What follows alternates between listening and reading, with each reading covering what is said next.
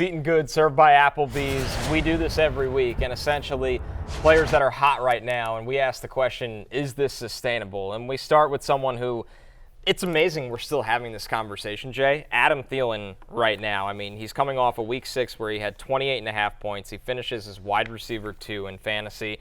But this wasn't just a big week for Adam Thielen. This has been Adam Thielen's entire season in an offense that is getting really nothing from anyone else, which maybe gives you some hope. I don't know if he keeps up being a top 5 wide receiver, but top 10, top 15 in play? I mean, I think it's in play. The thing that you look most for with wide receivers, I think, for stability of their performance going forward is just targets.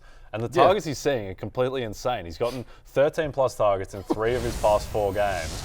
After week 3 or so, we were thinking, all right, this is the high point for Adam Thielen. He's just getting better every week. And you look at his game log, this is like looking at Cooper Kupp 2021. Like, it's insane. It is. The amount of receptions he's getting. And also, the thing is, too, is that he's getting in the end zone. He's got 4 touchdowns already, scored those 4 in his past 5 games. So I think, look, I don't think he's going to be a top 5 wide receiver going forward, but I think top 10, if he stays healthy, is perfectly on the cards. A lot of people are feeling, that is some graphic. I actually right called this before the just season. like we drew it up. Top 5. A lot of question that some may have is, do we sell high on on Thielen now that he's in the bye? Well, if you ended up with Adam Thielen on your roster, that's you playing with house money, unless you have Justin Jefferson or somebody who got injured.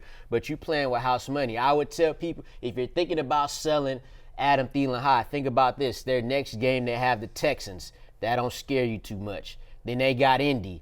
They don't either. Then they got Chicago. They don't either. You got Dallas, but then you got the Titans. So 4 of those 5 matchups and we're talking about Bryce Young, who's getting a little better now. Yes. He's thrown for at least 200 in the past 3 games, and he's throwing the ball 36.5 times a game. And you know they're going to have to do that. Just they're 0-6. This is their thing. They get behind. They was up 14 on the Dolphins, but then they got behind. So now they're throwing again. They're in that game script. And and Bryce Young is locked in on this dude. 10 targets a game tells you nothing but that. Do you think Bryce Young has gotten better over the course of the season? I thought this right out of the first half, right out of the gate.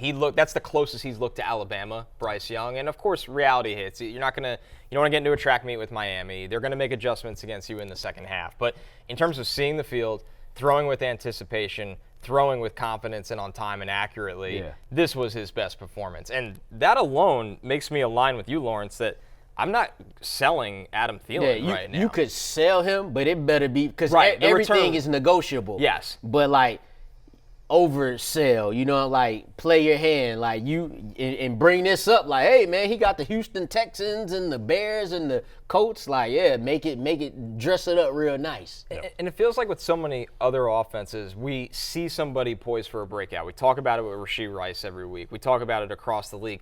With the Panthers, I mean, Mingo is a solid rookie, but he's not going to overtake the volume in this offense. This is Adam Thielen for the year, barring him being moved at the deadline, which would only probably help you maybe in fantasy. We're 6 games in. So it ain't nothing crazy unless Thielen goes down. There's nothing. This is how it's going to be. If the draft was held tomorrow, would you be taking Stroud over Young now, or is it flipped enough? Or do you think that Young is still the guy?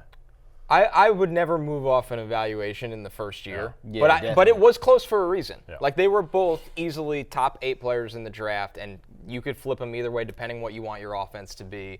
I think the NFL would take Stroud over him. I really do. Yeah, I don't think even on draft day, if C.J. Stroud would have went to the Panthers and Bryce Young, you'd be like, okay. Nobody would have said nothing crazy. No. Anthony Richardson going first would have shocked some people. It would have shocked it. It would have been some talk about that. Yep. Yeah, I know you had Levis 1. Where is he going to start for the Titans? He's got to play eventually. All right, our next player here, Lawrence, Rashod Stevenson. It had not been a good season for the first 5 weeks for Rashod Stevenson, but he, in week 6, finally gets the volume in the pass game. I mean, tied his season high in targets against the Raiders. The Patriots, there's a lot of problems with this offense right now, but if they want to dig out of this, they have to keep it rolling with their best offensive player in Rhamondre. Yeah, and I'm not going to do the straw man comment right here and say, sell high on Rhamondre, because no one's going to be buying after one good game, especially when it was 10 carries for 46 yards, and he got the touchdown, but so did Zeke. Ezekiel Elliott has been outperforming Ramondre Stevenson on a weekly basis. Both of them scored. Ramondre Stevenson was RB6 in week 6, right? Zeke was running back 20, and it only took him 8 touches to do that.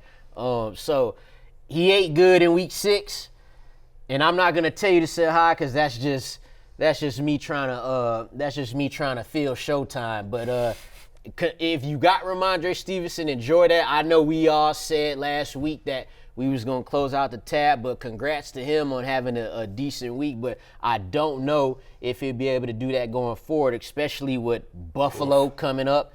Then you get Miami, who he ran 50 yards on 15 carries against. Then you got Washington and Indy.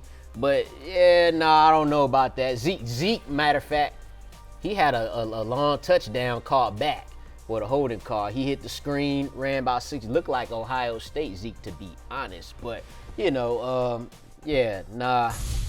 good on Stevenson. Look, there you go right there. Well, speaking of that run, Lawrence, that got nullified by the holding penalty from Zeke, where he took it 74 yards on the pass from Mac Jones. This is the most incredible stat that I saw all week. On that play, Zeke reached a top speed of over 20 miles per hour. It was the 10th fastest speed that anyone clocked in the NFL this season. He was faster on that play than Tony Pollard was on his 60-yard reception on Monday night. I don't understand it at all. Like, how is Zeke fast? Insane. How is he fast They could kind of be using him right now, but that's another day. But yeah, like I didn't even know the miles per hour he was running. Yeah. I saw that play. Fast. I'm like, damn, he looked like Ohio State Zeke right here. And that number of over 20 miles an hour tells you that. Zeke might have took something off the little torso there. Yep. Good thing that he's using this season in New England. Yes, yeah. Great time for revitalization. All right, our last player here, Michael Mayer, the rookie tight end out of Notre Dame. A big breakout week for the Raiders. The targets were there for him. He finishes with 12.5 fantasy points because he does not get in the end zone. But the last 2 weeks, we've seen Mayer involved in this offense. And, Jay, this is a player that in college, the last 2 years, 138 catches, over 1,600 yards, 16 touchdowns. And it's not like he played D3 football. He was playing against big-time opponents for Notre Dame. The pass-catching ceiling for this guy is huge. And it's like the Raiders finally woke up weeks 5 and 6, as you see on the screen, and said, oh, yeah, we drafted this guy at the top of the second round. Maybe we should get him involved over Austin Hooper. Yeah, well, it's interesting because historically, rookie tight ends just have not really produced. Now we have Sam Laporta, who's quietly having the greatest rookie tight end season in NFL history. And then we also have Luke Musgrave, who's getting involved, and Michael Mayer now that the Raiders have woken up to him, as you noted, Connor. And I think there is room, just because it's never happened for your man Hunter Renfrow. It's just not happening in that offense. And the offense has just been, all right, is Devontae open? He's not. All right, throw it to Jacoby. Jacoby open? No, throw it to Devontae. There is room for a third pass catcher on that team. And, do you think this is sustainable, that he can be a top 8 tight end going forward? Well, think about how low the bar is for what you just asked. So I think absolutely yes. Better than Pat Frymuth? Right? Seriously. I think If you're looking for a tight end, especially during Bimageddon, your waiver wire might be Jonnu Smith. It might be. He might be worth the pickup. And Jonnu Smith's been good this year, by the way. He might not even be on your waiver wire anymore. Yeah. We're really dealing with scraps right now. That I think Michael Mayer, if you start from last week and just go till the end of the season, I think he'll be a top 8 tight end in fantasy. I would buy that. Played a season high 82% of the snaps in week 6. That's the key. That's up from week 5, which was 66. So that shows he's getting more involved. And then you look at who they got coming up next. They got the Bears, who are the 7th worst against tight ends in fantasy. Then you got the Lions, who are 4th worst against tight ends in fantasy. You got the New York Jets coming in there. Great defense, but 2nd worst against tight ends. So, that's something to go off of, especially when you see a player getting involved, not just the snap share, but what that 5 receptions for 75 yards on 6 targets. If you're telling me Michael Mayer could get 5 to 6 targets every game at the way the tight end position is now, then I'm going to be in on that. Yeah. What you noted about the bar being so low, like we're living in a world where Cole Kmet right now is tight end 5. Dalton Schultz is tight end 7. I think Mayer can be better than both those guys going forward. I think so too. And yeah. if you're Josh McDaniels coaching for your job right now, you need to show the players you brought in are a part of the system. He's done a good job of that with Jacoby Myers. That looks like a great signing. Now you need to do it with your second-round pick, and they're finally leaning that way. NBA season tips off next week, but there's still time to get some last-minute cramming for your fantasy drafts. We've got you covered with the Roto-World Basketball Draft Guide, which includes all the rankings, player outlooks, and projections you need to win your league this year. Go to NBCSports.com to get your draft guide now and use code HOOPS23 to save 20% off and receive a $10 Fanatics gift card. We're taking our first break. When we're back, coming right up, Kirk Cousins' interesting choice in pregame music and whether we'd start or sit him this week and keep it open or close it out. Hey, it's Matthew Berry from NBCSports.com and Rotoworld.com, and I want to thank you so much for watching whatever it is you just watched, or if nothing else, being too lazy to click out of the autoplay after this video started, after whatever it is you actually wanted to watch finished. But now that you're here, I'd like to take a moment here to ask you respectfully now, okay? I'm asking you respectfully to subscribe to the NFL on NBC YouTube channel. You'll get the latest Roto-World fantasy news headlines, all sorts of great shows, including my own Fantasy Football Happy Hour. So go subscribe now. Again, I'm asking respectfully.